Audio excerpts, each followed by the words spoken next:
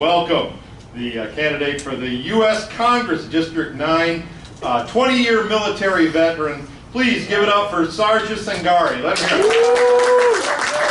Let's go, Sergeant.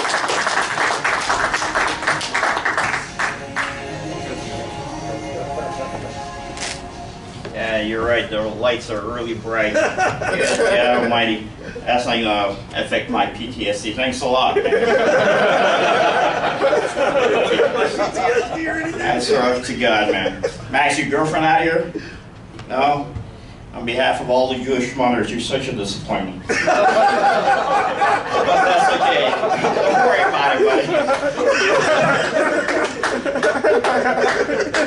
For those that don't know, I'm actually a Syrian. You know, we're kind of kin blood. My ancestors used to kick his ass all the time, but we got the same mothers. I brought home one day a report card from Art at a C. My mother looked at me and said, "You know what? When I die, they're going to put on my gravestone and you killed me." I'm like, God, this is C and Art, for God's sake. But so be it. Hey, where's Mark Curry? Mark, thanks a lot, man, for bringing a cutout that's taller than me. That really seriously, for God's sake. Buddies have to word, as we say in the military. So I'm a 20-year vet, U.S. Army Infantry Special Operational Forces, retired, and decided to join the con show in Congress. But it is what it is, you know. You just try to get in there, try to fix some, needed changes.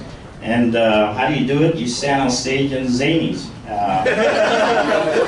Again, welcome to American politics. No wonder we can't get anything done over stage.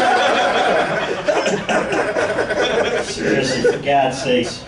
You know, but it's a pleasure to be here, and it's an honor to be actually on stage. You know, same comedy club where you got people like Robert Williams and that guy over there. I don't even know who he is. I was trying to Google search him. His face doesn't match any names that I know. So, but look, as they say, when you're looking at the political landscape here, Chicago's unique. We have a district, and we have a cemetery, I should say, in the district that is divided between the 10th and the 9th Congressional District. And I actually said this when I was at the League of Women Voters with my competition, Jan Shkasky, who's I think 78 or 80 or who knows. But I said, why do they have it divided in two? So half of the dead people vote in the 10th, half of them in the 9th. She started laughing.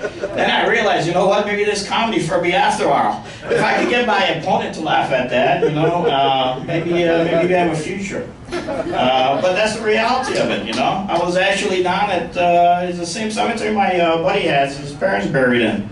And there were a couple of guys there that were looking at tombstones. I'm like, you know what, it must be registration season again.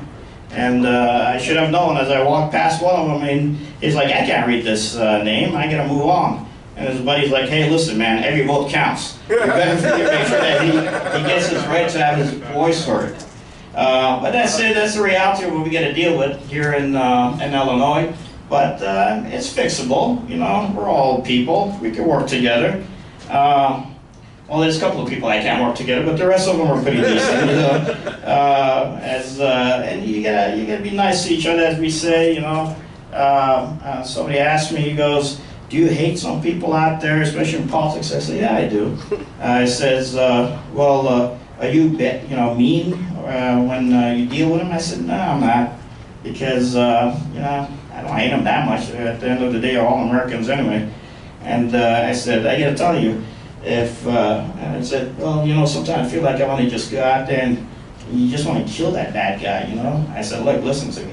If I killed every person I hated, even the angels in heaven wouldn't be able to count all the dead. But, we try to do what we can to be as decent to each other as possible. That's all we can do. We got good candidates running, but we got to get out there and vote, right? I realized in all the years that I used to study listen to the pundits, study who the candidate is, where my Aunt Betty kind of put the kibosh on me. One day Aunt Betty looks at me and goes, "You gonna vote in this election?" I go, "Of course I'm gonna vote, Aunt Betty." She goes, "So who are you gonna vote for?" I said, "Well, the Republican candidate." She goes, oh my God, how can you vote for him? I thought you were going to vote Democrat. I go, well, I'm not Democrat. I voted Independent, Republican, then Democrat. And she goes, but I always voted Democrat. I said, why, Aunt Betty? And Betty says, well, because, you know, when the Great Depression took place, you know, it was the Democratic Party that saved us. That's the day I realized, you know what, I'm never watching debates again, because Aunt Betty would always nullify my vote in Illinois. So that is the reality of it. It's just politics at the end of the day, you know, as long as we can have fun and work together. So with that said, Max, we're gonna do our best. Thanks for having us up here, man. And we'll, you know, he's a good guy. Any girls are interested, let us know. So that he get married, and better off I'm gonna be. Thank you very much. Sergeant Sangari, let him hear it. Come on.